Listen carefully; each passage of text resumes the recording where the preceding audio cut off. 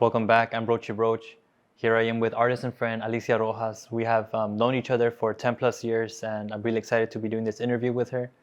And I'm going to give Alicia time so she can explain a little bit about more of her history here in Santa Ana and how we met. Yeah. So thank you, James, for coming out to visit me here at the studio.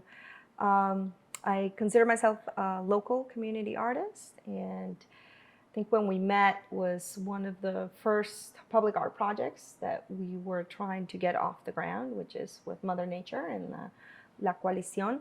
I think a little bit before that, just to give you some context in how I became an artist or why I became an artist, I am an immigrant from Colombia, and I came when I was 12, and it's not a unique story. It's actually quite common. We have a lot of burdens as immigrant children, and I had a lot of responsibilities at a very young age. And I think part of that immigrant struggle and of adapting to new culture and being accepted into a new country definitely created mental health issues within my young life that I did not address for many years. And I actually suffered a mental health crisis in my late 20s that led me to art. So I was always a very creative kid, and I took a lot of art classes.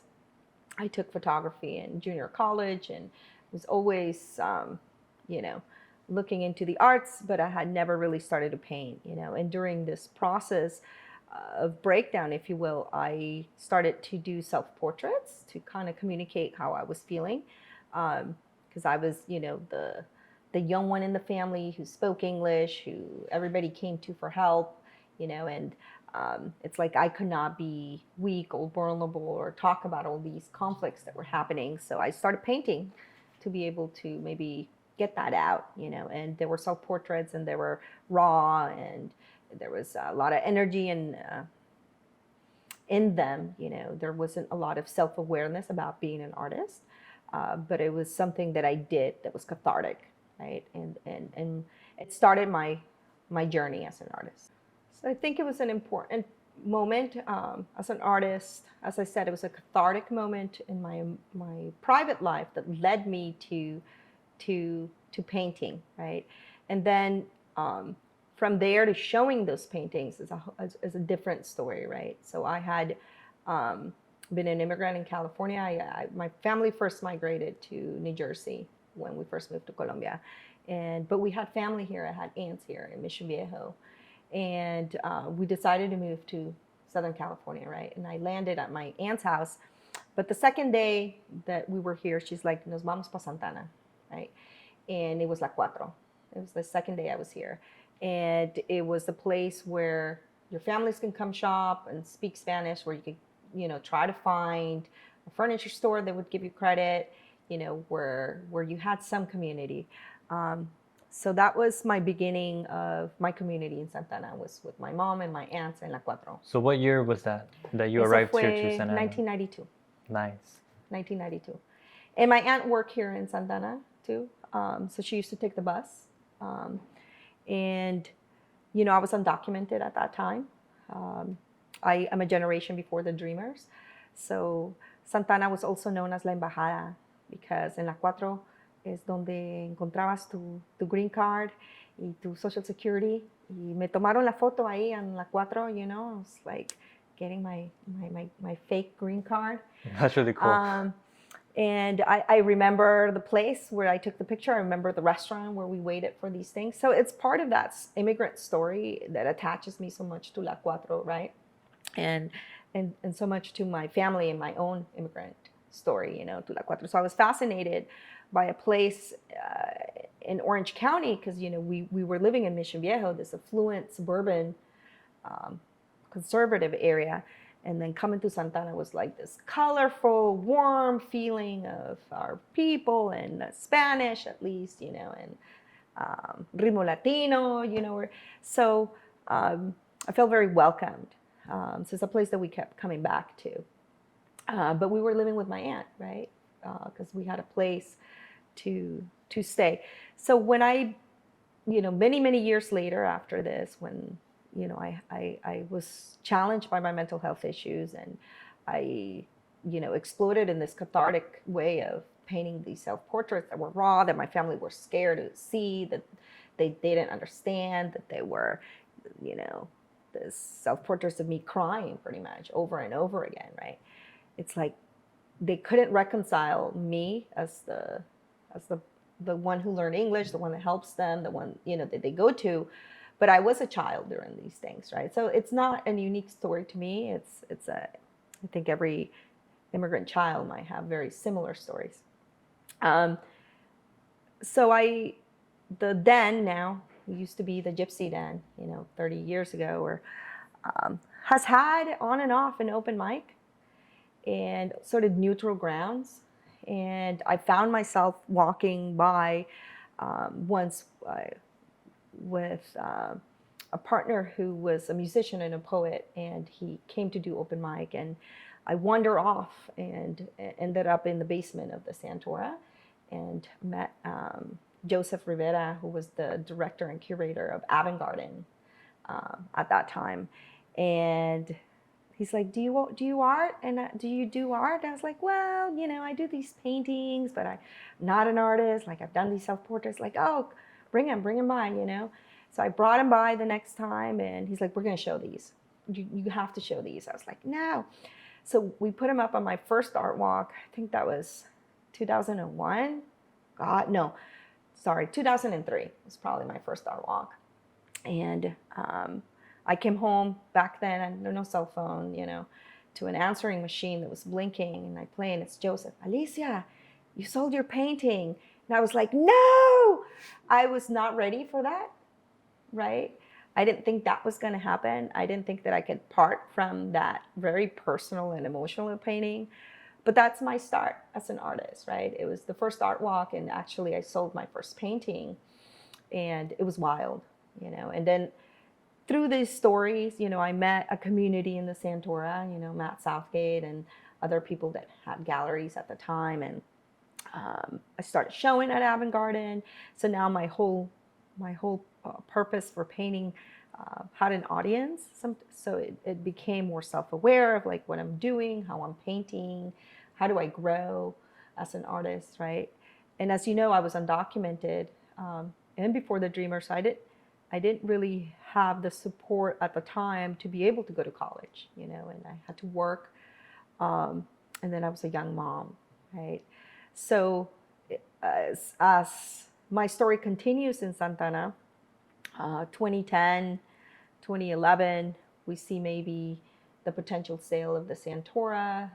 The Santora and the Artist Village was started with redevelopment money that was geared to create a creative class, right? It's the beginning of what we can say textbook gentrification, right?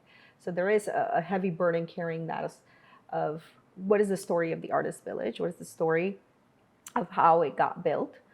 But there was a place for artists, right? And for community artists, right? The Santora had Emilio Vasquez and, Joseph Musel and Joseph Hawa, and you had a lot of artists that cared about community and social practice, right?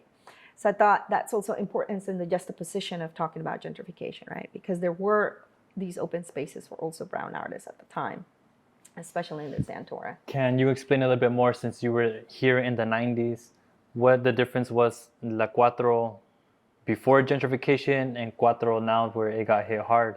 I mean, it's, when I think of La Cuatro and I think of the color palette, it also makes me think about Dino Perez, a local artist who a lot of his beginning work and his color palette is the Fiesta Marketplace colors, these pastel colors, right?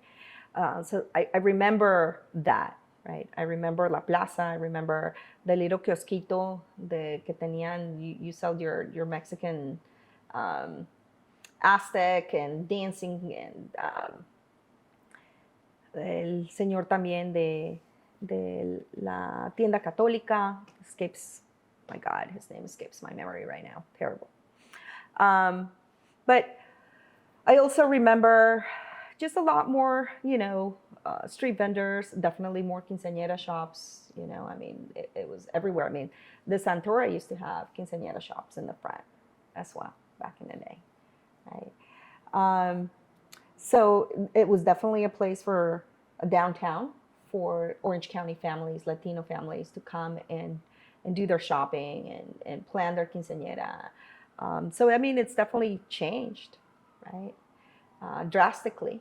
Can you explain some of those changes? I think aesthetically, the beginning of the big change was right during the recession. I think part of when the bid started, and I'm not sure if you know a little bit of that story. So the bid was a special assessment on the businesses of downtown that was organized and led at the time by one of the major building owners to try to create a tax pool, what is a bid, where they would spend this tax money into like promotion and clean and security and right.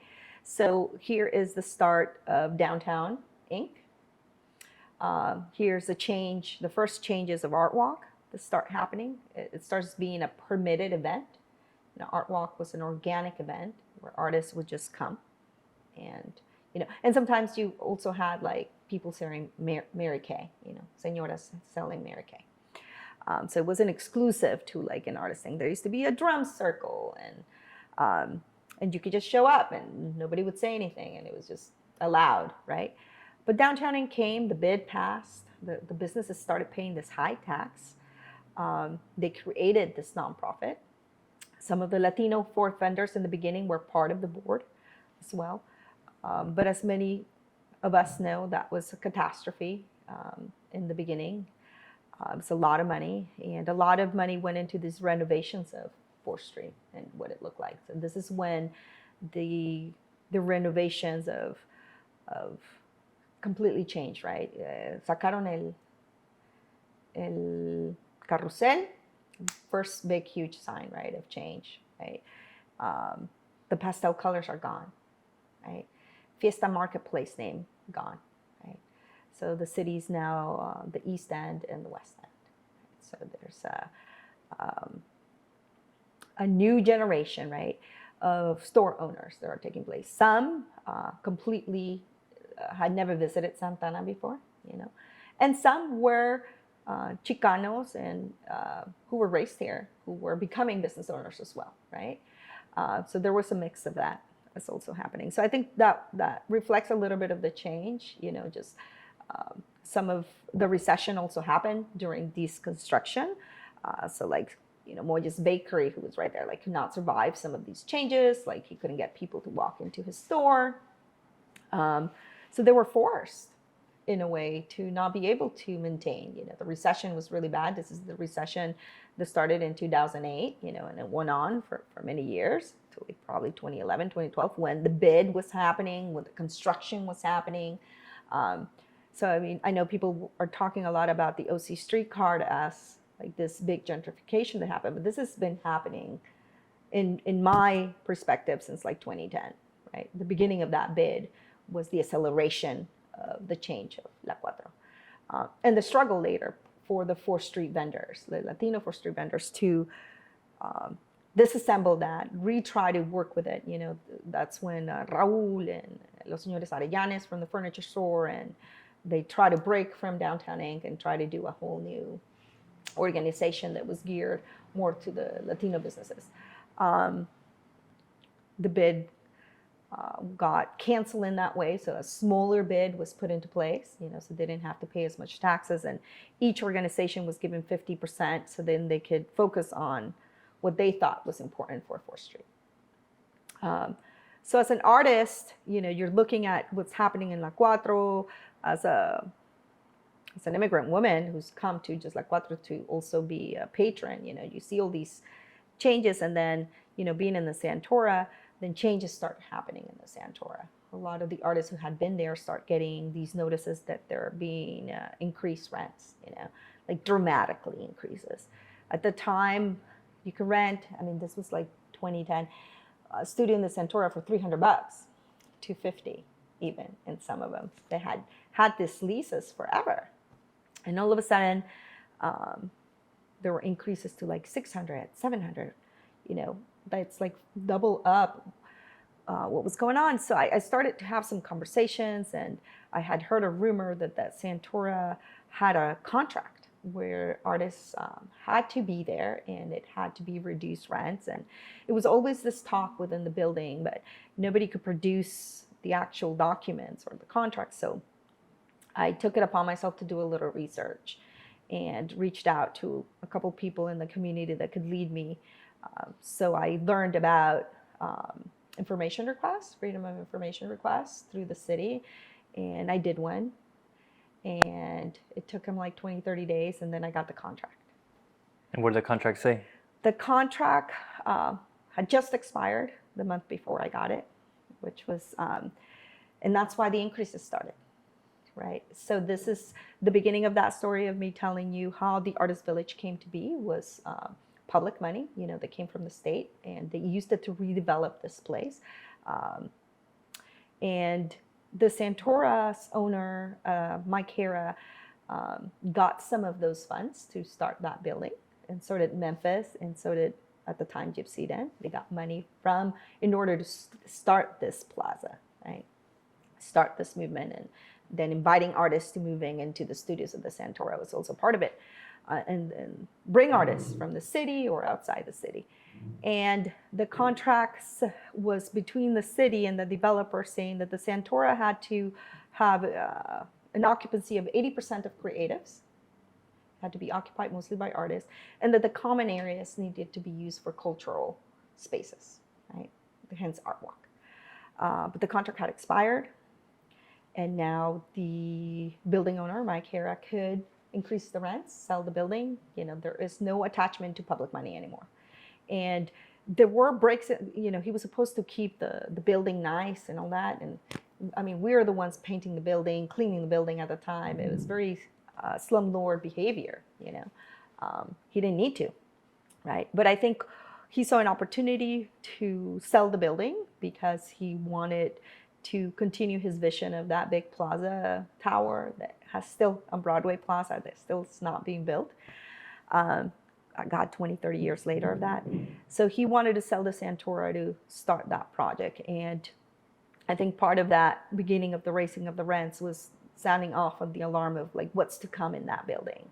And that's when some of us started organizing around like what's happening in the building.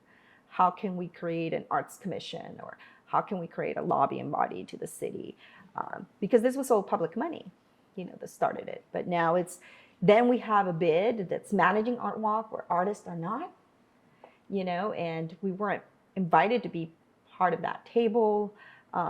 Then, groups before us and culture groups like El Centro Cultural de Mexico, who didn't even have an opportunity to come into these buildings, they were not ever offered, right?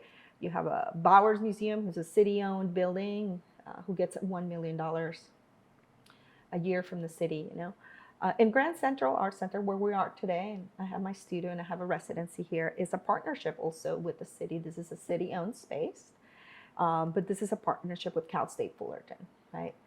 And before we talk about this place right here, I think in 2012 you also started the Santa Ana Artists Coalition. Yeah, so coming off the Santora, unfortunately, had a crazy story.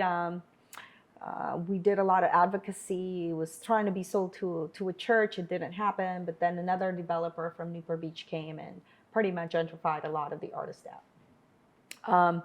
Coming off that loss that felt heavy and very emotional after years of activism and defragmentation within our own activist groups, I answered a call of a public mural call that Workshop for Community Arts was organizing, which was Chilote, and Adriana Alexander, and Deborah Russell, and they started to have these meetings at Moises' gallery to talk about how to maybe do a community mural, right? And the vision of that came from them in the Workshop for Community Arts, that first project.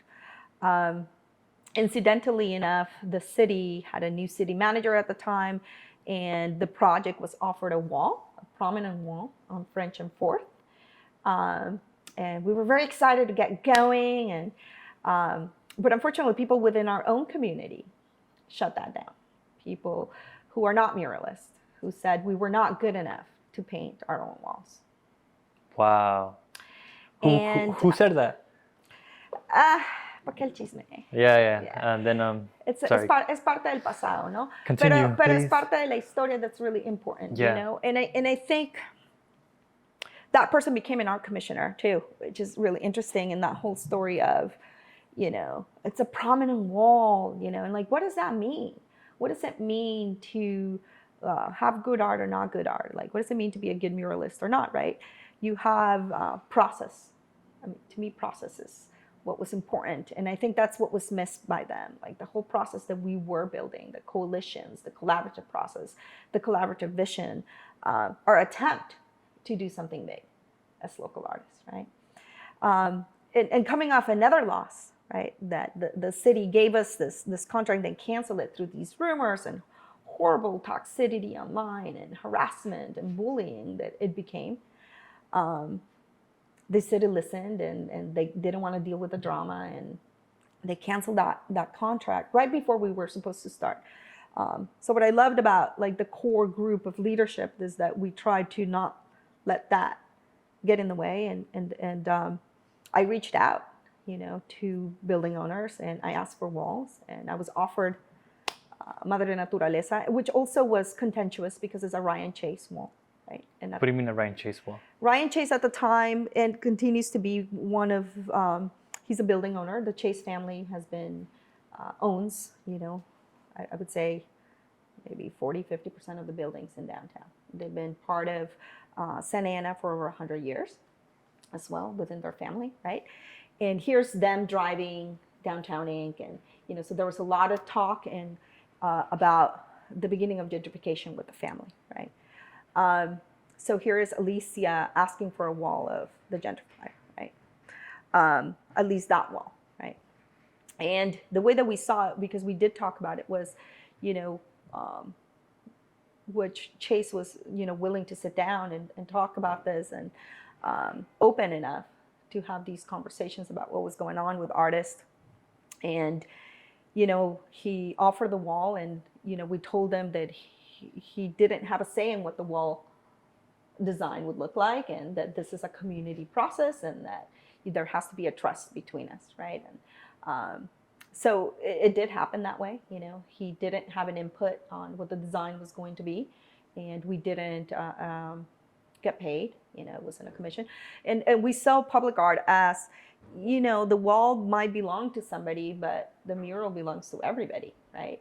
And as we started to see all these changes in downtown and other artists, outside artists, being invited to paint in our walls, but here we are not good enough for our walls and struggling for our walls. Like, yeah, let's paint those walls, even if they might be owned by a family that is now being cast as the initiators of gentrification, right?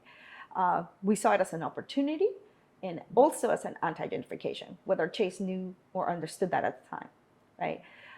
Because of the process, right? And the process was that we surveyed, and you were part of that. You were 18. Yes. So you remember, yeah, right? The amazing, like there was like 30 or 40 of us painting at some times, and doing the workshops and going outside and talking to people. And we asked people, ¿Qué amas de Santana?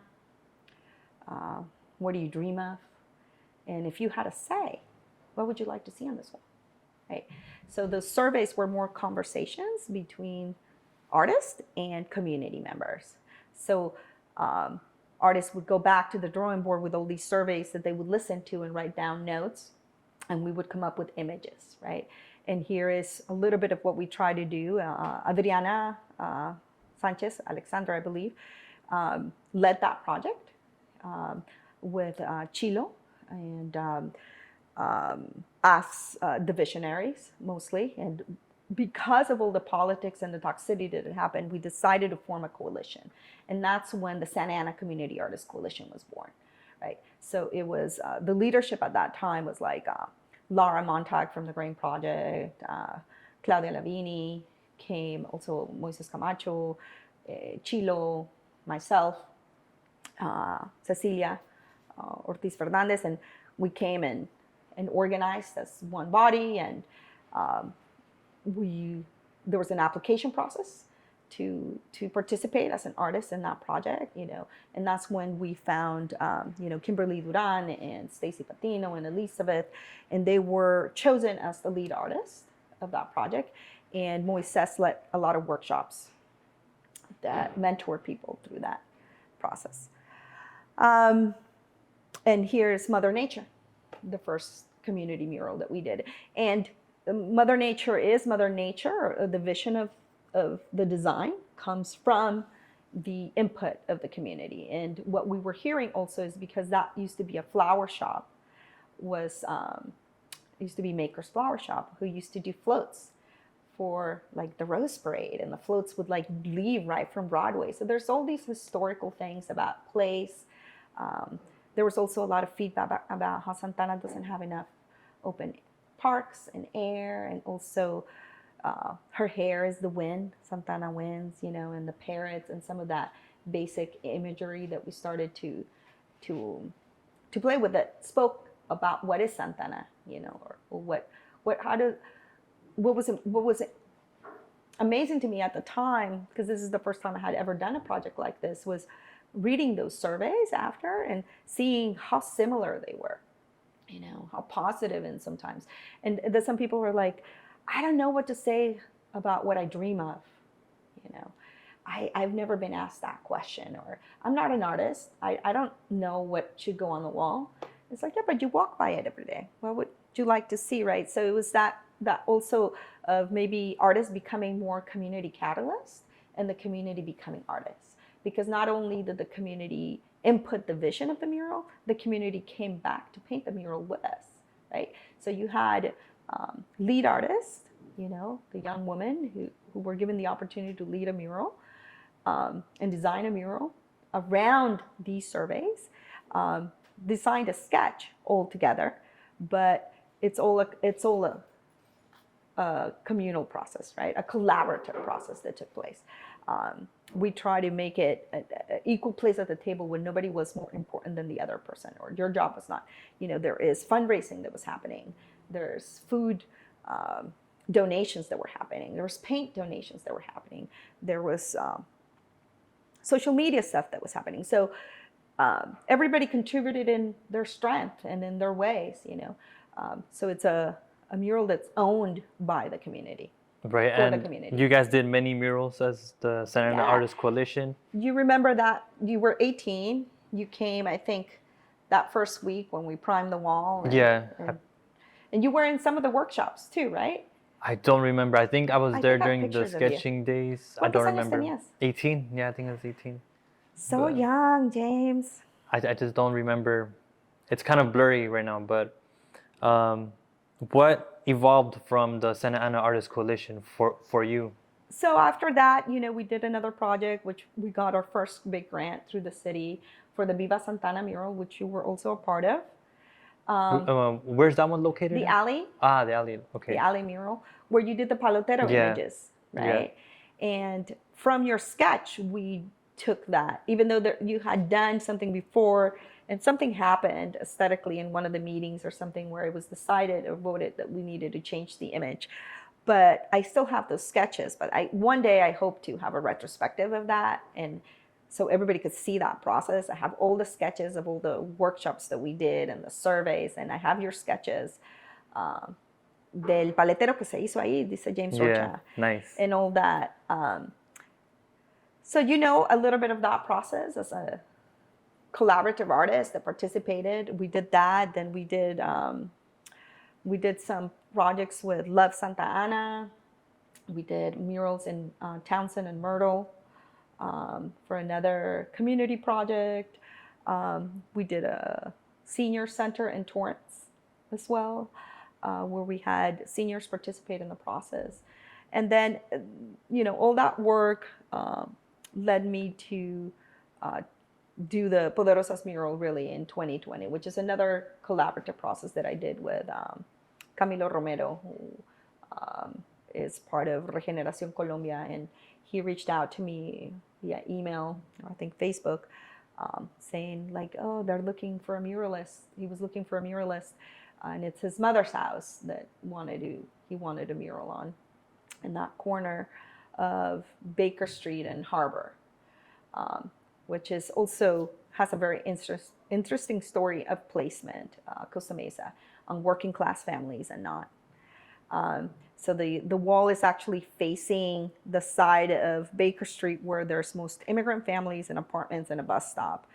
But the house and the wall rest on an affluent Costa Mesa side that voted for Trump, right? Interesting. It's very interesting. So that's where that project was during the pandemic. And it was difficult because, as you know, we do all this community engagement process that is important. The process to me is the art. The process is you coming back 10 years later as a participant, asking these questions when you were a teenager, participating in something in your community, and you're the art, you're the process, you're the story of La Madre Naturaleza. To me, that's the power of the art that we did, you coming back, right? So I was like, we don't have time to do, and we can't, do surveys. People are, it's COVID, it's 2020, and it's right before the elections, crazy elections of maybe Trump being reelected, right? And it's also Black Lives Matter. It's happening, the protests, the burning. So that gave me so many thoughts of seeing the Confederate symbols being burned down, the public art that was being taken apart. As an artist, I was like, oh, that's public art being taken down, right?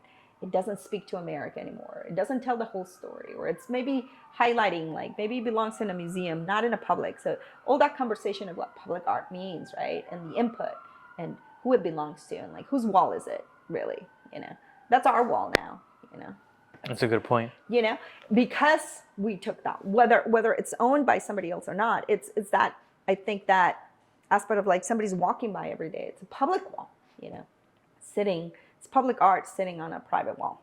So with Las Poderosas, Camilo had the idea that he wanted to celebrate the women of his life, like his grandma, his mother, woman who came from Colombia, with the American dream, right? And here are the grandkids, NYU lawyer and UCI doctor, right? The essential American dream, right?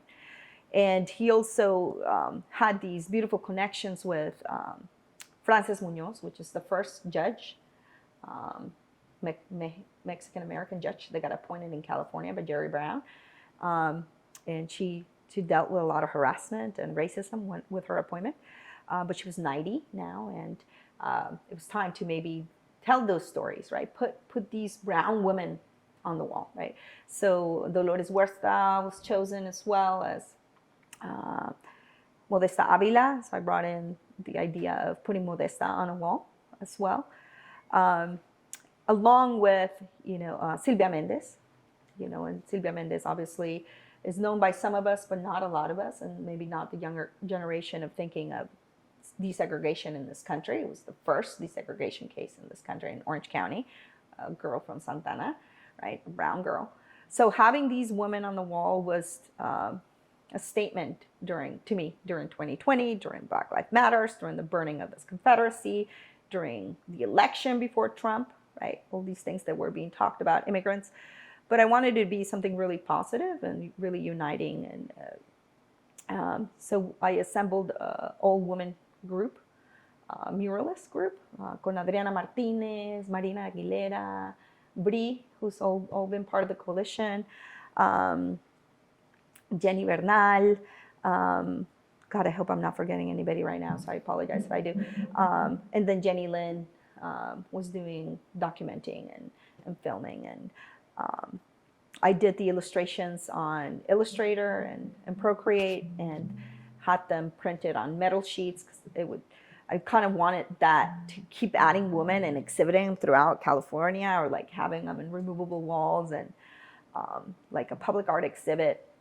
And we did a base mural, a community mural of La Pachamama, which has sort of always been my theme, the flowers and the things that you see in the coalition murals and things like that we all added.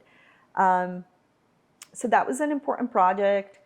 It was my solo project outside of the coalition, but it was the vision of the coalition, and it was still a very collaborative process, right?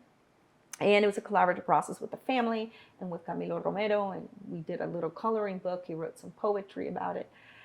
Incidentally enough, just last year, that mural got tagged by a white supremacist who actually got caught and convicted, who is for a hate crime. That whole story is what a full circle of that mural, right? And that he's a South County resident who took his time to drive to this mural to write white power on the woman, right? And ICE and WP1 and like gang white power insignia. And that he got caught because the process of our community murals, I believe, the community starts to really own them because they were part of the process, not only of the concept, but they paint it with us, and they're beloved, and it's a beloved mural, and people watch it, and they saw this weird dude in a hoodie spray painting. They followed him. They recorded him. Wow. They took pictures of him, and like within hours, I got hit by one of the residents, like, "Mija, they tagged the mural.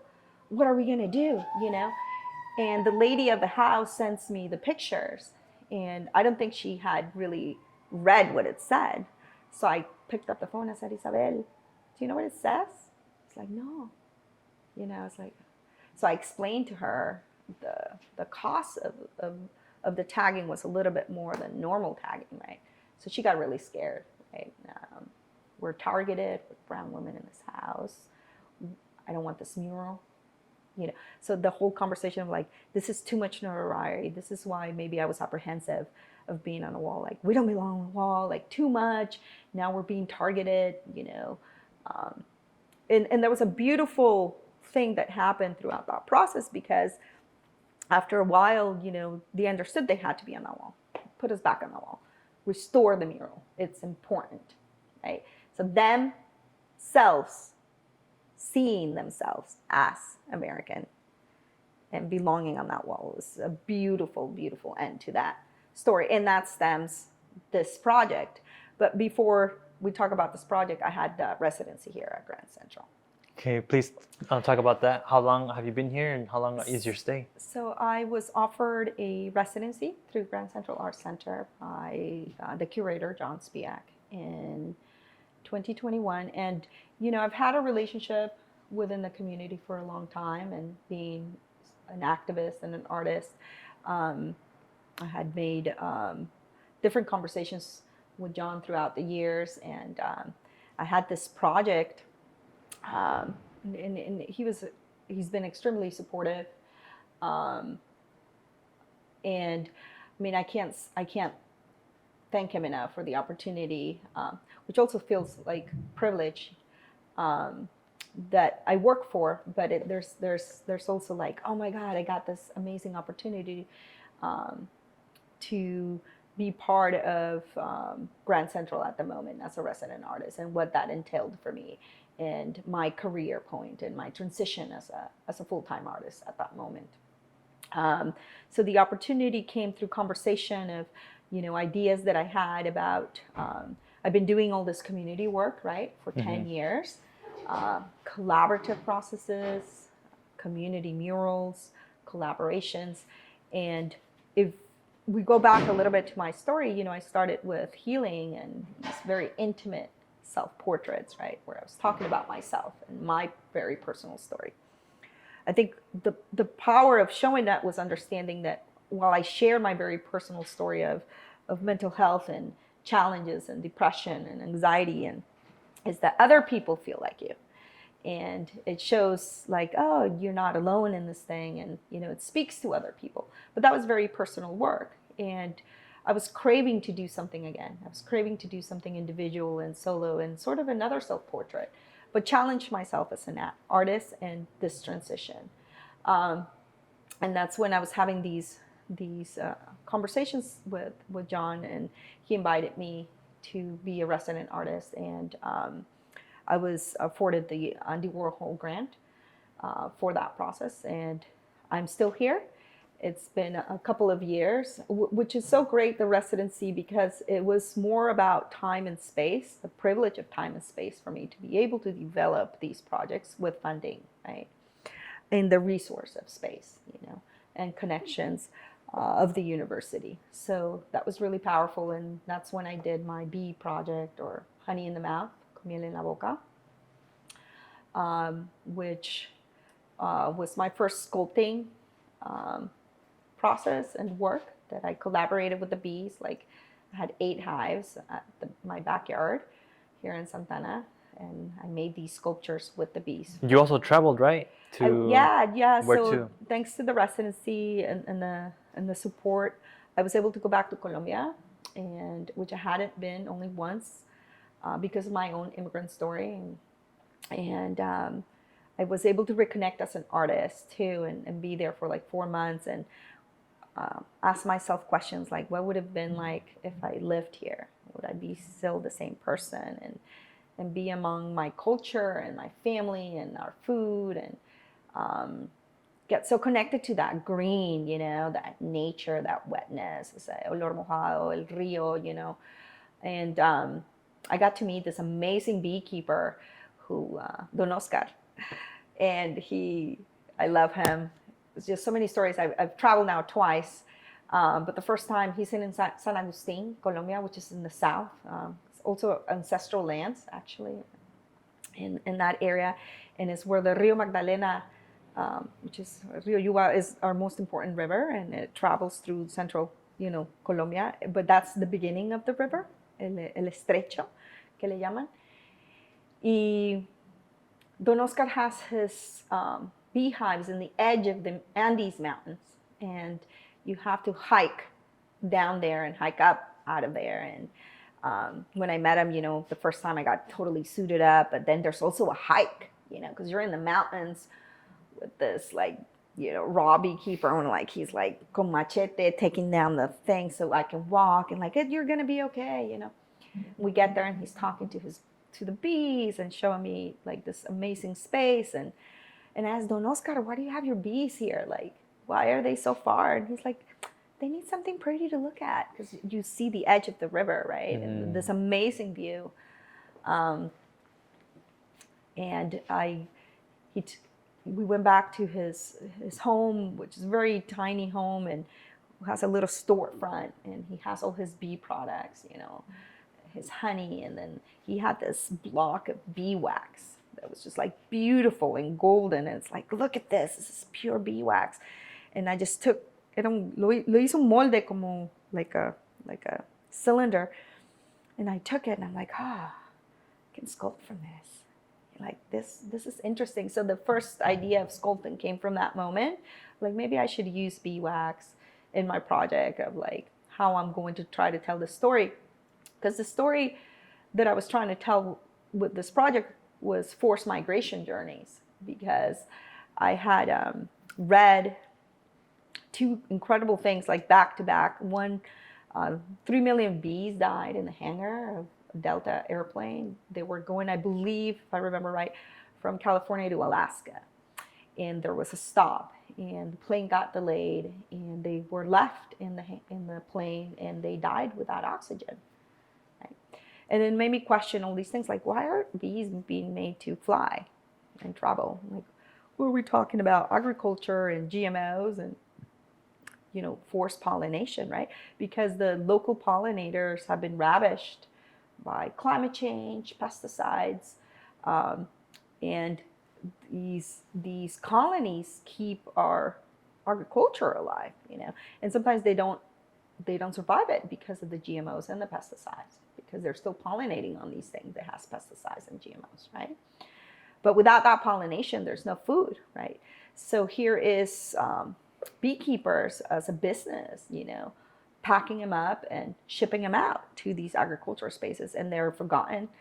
And they could also, have this arduous migration journeys that they're forced to migrate, right? And 3 months later, I read 42 immigrants die in the back of a truck in Texas without oxygen. It's a horrible story, right? And it was 3 months in between those two stories.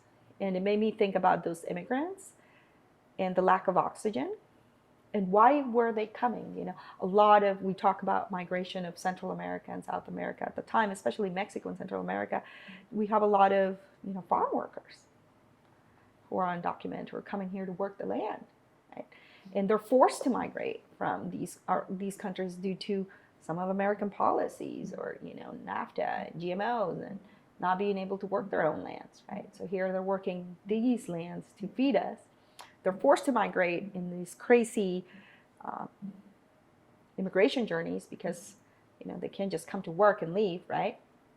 So a lot of them died during these journeys, and they died like the bees died, right? And both groups are coming to pollinate and work the land, right? And so I made these analogies and try to cross that line of human and nature with this exhibition. And I started looking into oral histories, and I interviewed mis tías who were here in California because they were the first ones who migrated to California. And ellas cruzaron Tijuana, right? They ran the desert. They were in trunk of cars, right? They're American citizens. They're my heroes, They're the ones who became. They're the matriarchs of the family. So it's all that story, of forced migration and our family stories, and seeing them as these poderosas. So my work continues to have this line, and I did the oral histories, and I did a sound composition with my son, who's a musician, and I interviewed them, and had this whole sound installation for that exhibition, along with the bee wax sculptures that I made with the bees. And that was some installation, video and photo work that Jenny Lynn helped me with as well. And that was last year, right? Yeah, that was last year. It was my first big solo show. Congratulations. Thank you. And it was I think John left it up for like 4 months, which it usually doesn't stay as long here in Grand Central. So I was very grateful for all the support through that process too. And coming from that, I applied for this fellowship through 18th Street Art Center, which is kind of what you're looking at now, my current project, my current fellowship. And how long have you been in this studio, or how long is your stay here? So through my residency, I didn't have a studio space because I was doing my work from home, because I had live bees. So I had the live active bees in my backyard, and I was sculpting from my garage, my studio from home. And after I was awarded this fellowship, Grand Central is a community partner for this project as well, as a resource and gathering space and artist studio, because the way that I was envisioning the project, I wanted to take portraits of las promotoras, and I wanted to build a studio, and this is what you see. So I've been in this studio for just since I think December. And how long is your stay? I think I'm going to be here for hopefully the end of the year, until the current project is completed. Is that the normal time frame that artists are allowed to stay here? A year? No, I think each residency is different, and I think it's a good conversation with John Spiek to have, and the way that he drives the residencies. I think they are open-ended at sometimes, where the artist has time to develop a project. Some residencies have lasted, I believe, 2-3 years, some of them 5, some of them 1, some of them months, right? So I think it depends on that collaborative process with the displays, and also, allowing the artist the time it needs to develop an important project, if that's what you need. And the residency doesn't mean that you're going to show. It might just be resources, or it might be, connections and research and development time, right? Where you might take that into a public sphere or somewhere else. So it depends, I think. But John can probably speak more to that. And so now, you mentioned Las Promotoras. Yes. So, is that this right here? Yeah. So the fellowship is through 18th Street Arts Center, but it's an initiative with the California Arts Council, who had an initiative called Create a Corpse. where different nonprofits and arts organizations apply for this funding, and it's tied. The Creative Corps is tied to California's 5 top like health equities that they wanted to focus on, which it had to do with climate and water, climate mitigation, water conservancy, or it could be around COVID, right? It could also be social justice. It could be civic engagement. So when I saw the call, it really was perfect for artists who have been doing community work like me, right? So I saw the opportunity to apply for the fellowship, and I was one of the 18 artists that was chosen. So for 18th Street, there's 4 artists up north, 4 central, and 4 south. And everybody has a very different project. I'm the one who got chosen in Orange County.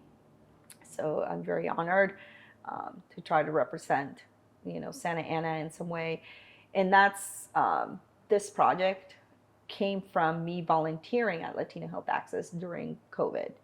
My friend Karen Sarabia reached out to me because at the time they were making a float, carrito alegórico, to go out and get people excited about spring and the coming of the vaccine, right? And getting more informed, and using art as a tool also for connection, because the first carrito they did was a Day of the Dead, because as you know, Noche de Altares and the Day of the Dead is like a big cultural symbolic day here, and people didn't have that. They didn't have a place for mourning, and our community was losing most of the fatalities were here, and there was not that cultural space to do the altars or even grieve, So my brilliant friend Karen Sarabia and the team at Latino Health Access thought of doing this, and Gio was also an amazing artist, thought about doing this carrito alegórico that would travel, where people can mourn collectively, as the carrito travel. So volunteers were called artists to help put this art together. So when she called me, I was like, I'm there. It's COVID, it's our community, you guys do so much. And it was in the basement, which is also open air. And we gather in these big tables, and everybody had PPE. We were all protected but working outside, making art. And what I recall, which that's what inspires this, that moment when I was in that basement with las Promotoras, and they're helping make art to hacer este carrito. And some of them are dancing, some of them are crying, right? And, I'm mi gran amiga Marisela now, who I met that day. We were working together, and she asked me for a ride home. She's a bus rider, and we were in the car, and she started to cry. She's like, Alicia, se murió she had 2 losses of COVID recently in her family during that moment. And she was grieving through that process. And I said, Marisela, have you taking any time off for like grieving? And she's like, she grabs me. Nos estamos muriendo. Like, there's no time for that right now, right? I have to be out there. She's crying, telling me this story. I have to be out there tomorrow to prevent this pain for somebody else, to try to tell them to wash their hands, to give them masks, to let them know there's testing, to let them know, there's a vaccine coming, there's hope. I got vaccinated, I'm okay, but some of them, my family who didn't get it, like they did pass away. This is real for us. I've seen it, right? That story sat with me until I saw the application, and I said, wow, it would be so great to try to have them tell their own stories through this project, which is why the oral histories. And I ended up interviewing 62 promotoras who were out in the call center or were out in the street helping people with different things, not just vaccination or testing, emotional support, rent, food, medication, childcare, God, like funeral services, repatriating a body back to Mexico sometimes, If you remember back then when somebody would get sick and go to the hospital, you couldn't even go there and see them. So some of these families didn't even get to see the bodies, right? So there was a lot of trauma in our neighborhoods, especially. And the leadership of Dr. America Bracho and the leadership of Latino Health Access in asserting themselves in this space of the Orange County Board of Supervisors are a time where, they didn't believe in vaccines, or they didn't believe, and here's like Latino Health Access, like, we need testing centers everywhere, and we need, because they were going to have the testing centers only in Disneyland, and, here's like people that know because they're in the community. They're already out there noticing what's going on, right? So I think they're heroes, and it ties back to my first Poderosas, right? Where they're American heroes of the pandemic, and they don't do it for the accolade or the shine, or for getting this prestige. They felt quite uncomfortable in the beginning with being shined upon, right? But is that transformation of, oh wow, Alicia, when we started doing all the oral histories, have a lot of tears, and what I keep hearing is like, oh wow, I haven't had the time to process some of this, or like, thank you for taking the time or the space for me to tell this story. And some of them lost family members, or what they did, what they had to go through. It was like 13, 14-hour days, out there in the community, helping our community survive COVID, curbing COVID. And I think the data will show that, like all the outreach that they do. And it speaks to people like my mother, mi mamá emigrante, mi abuela, and people like Cristina Prada, and from the first Poderosas mural, right? These women who sacrifice everything for their families, who coming to this country to live that American dream, who have this job that puts them at risk at that moment, but continue to do it and continue to go out and try to save lives. So it's a public art project highlighting their work, highlighting their love for our community, the powerful Poderosas women that they are. And I'm creating a sculpture for the building. You're creating a sculpture for this project. So it's a 3-part project. It's a publication, which will have their portraits, and I'll have some quotes on their oral histories. 18th Street is creating a website for all these projects, so culture mapping. So my assets are the women. And the third part is part of that story that I told you of 2020, when we were all witnessing the burning of the Confederate symbols, right, being burned, and what monuments should look like or be like, and who should they highlight, So it's a monument to brown women in our city. It's a monument to their labor. It's a monument to American heroes, right?